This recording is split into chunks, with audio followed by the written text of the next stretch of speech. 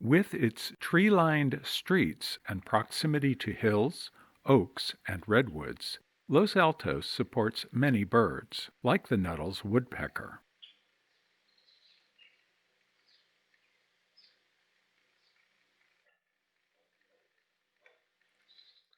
Also common, the mourning dove, and many patrolling crows.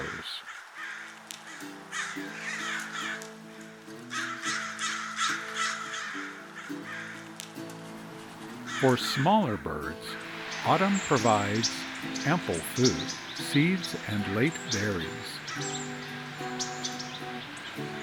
But there are signs of predation too.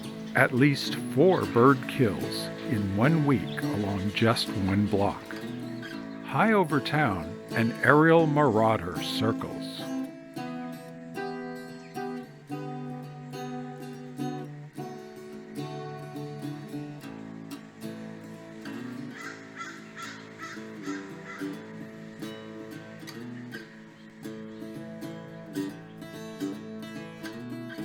Exposed and vulnerable at its grounded kill, a Cooper's hawk flies straight up, trailing the prey's feathers.